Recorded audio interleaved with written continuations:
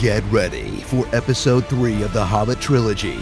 That's the best in the series because it finally means it's over. Kind of like episode 3. The Hobbit, the Battle of the Five Armies. Resign yourself to another Hobbit movie, once again filled with faceless CGI armies slamming into each other, elves defying the basic laws of physics, and people making out-of-place references to Lord of the Rings. Leave Sauron to me. There's a young ranger amongst them. He's known in the wild as Strider. Now, Peter Jackson will finish picking through Tolkien's bones and put an end to our long-expected journey. And we'll rack our brains to come up with anything new to say about these movies. Hope you remember what happened in the Desolation of Smaug, because you're about to enter a disorienting dragon holocaust already in progress. That clearly should have been the end of the second movie, but wasn't. Once again, Martin Freeman shines in his well-acted, charming portrayal of Bilbo Baggins. And once again, he's turned into an extra in his own movie. Because once again, it's all about the mopey Dwarf King, who's grown from a mopey dick brooding over his lost gold to a mopey dick brooding over his found gold. In a plotting storyline about dragon sickness that finally pays off when he just kind of decides he's not sick anymore.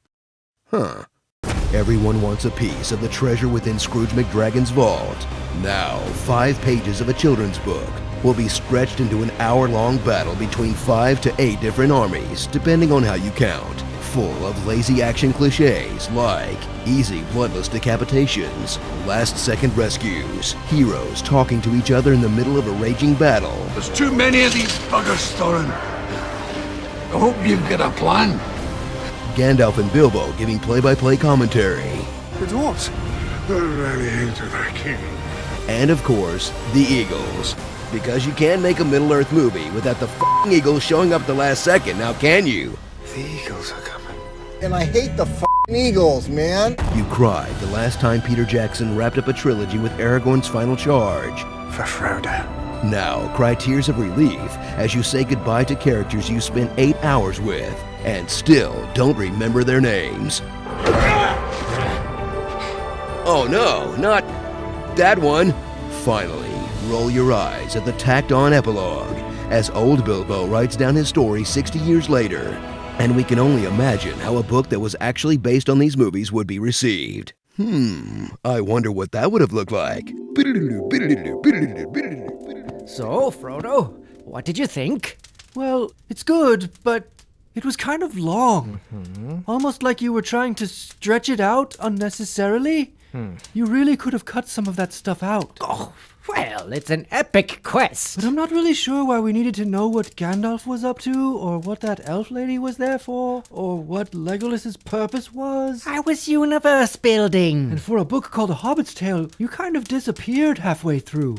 Lots of dwarves. Well, I can't be everywhere at once. Also, what exactly were the 5 armies? It's kind of unclear. Yeah. And that sidekick from the Master of Lake Town. Whew, talk about a character that goes nowhere. Well, since you have so many bright ideas, why don't you try it? I'm sorry. It was just so serious. It might have worked better as a children's book. Starring Kill No Dragons, Dwarfy Downer, Ian McKellen stunt double, Christopher Lee stunt double, Old Lando Bloom, Khaleesi, Tremors, Elrond Hubbard, The Girl from the Ring, Medea Goes to Lake Town, Seal. Wait, is that Bryan Cranston? And the New Zealand Department of Tourism. The Hobbit, the bloating of the 5 pages.